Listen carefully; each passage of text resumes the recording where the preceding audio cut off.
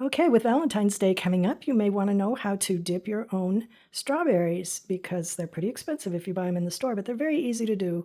And this is all you need. In fact, it's more than you need.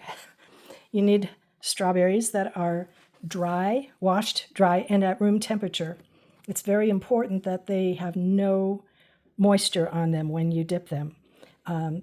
Part of the problems that people have when dipping strawberries in chocolate is if you get even a drop of moisture in your melted chocolate, it's going to seize up and then it will not work. So you're going to use some melting wafers. It doesn't matter the brand, but Ghirardelli is a good brand. Guittard is my favorite, but it's hard to find. Sometimes Winco has it. But Walmart has the Ghirardelli wafers, and they're very good as well. You might need to have a little bit of coconut oil on hand or Crisco. If your chocolate is too thick for dipping, sometimes happens, then you can add like a half a teaspoon of coconut oil or Crisco to thin it down just a little bit. You don't want to add too much. You want a microwave safe container to melt the wafers in. If you're going to tint wafers or chocolate, you need to make sure you're using oil-based coloring. If you add vanilla, again, that's adding a liquid, your chocolate will seize up.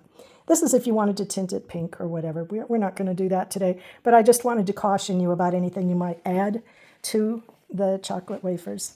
If you wanted to, you could sprinkle something fancy on them after you take them, after you set them out. As long as the chocolate is still wet, it will stick. And let's get to it.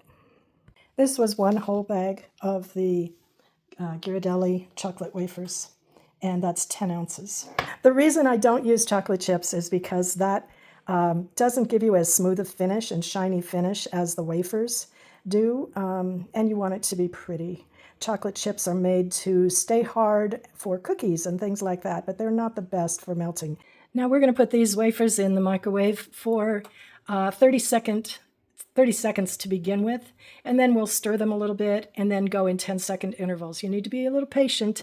You don't want to scorch it. So let's go for 30 seconds and then we'll give it a stir.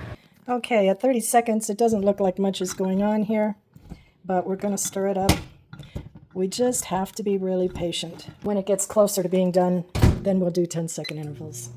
Okay, after the second 30 seconds, we can see that they're starting to melt. Just keep stirring it. Like I said, just be patient. And we don't want to wait until it's all melted. We want to get it close, but the last little bit will melt anyway. And we don't want to overdo it.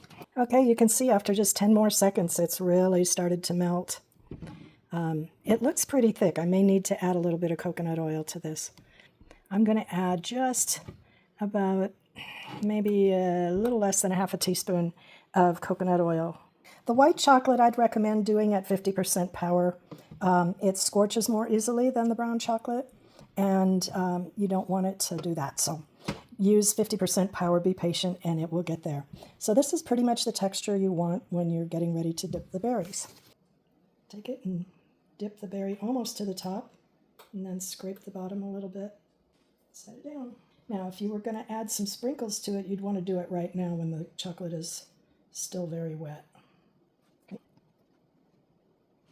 1 pound of strawberries was about 19. I had to throw one away because it wasn't good.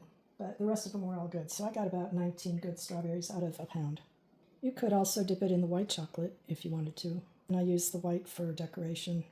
I'm putting these on parchment paper. Oops, that one, that happens. That one got a really good dipping.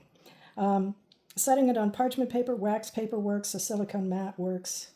It doesn't have to be parchment paper, but you want a non-stick surface. This is so much more economical than buying them already made. Should be able to get it done in 30 minutes. These will keep 10 hours at room temperature. I'd not recommend freezing them because then we'll have condensation, and water is an enemy to chocolate, so you don't want to freeze them. But if you're in a hurry to have them set up, you can set them up in the refrigerator. Now you can take the white chocolate and just drizzle it. I added a little more coconut oil to it, so it will drizzle a little easier. Now you're asking, what am I going to do with all this leftover chocolate that's melted?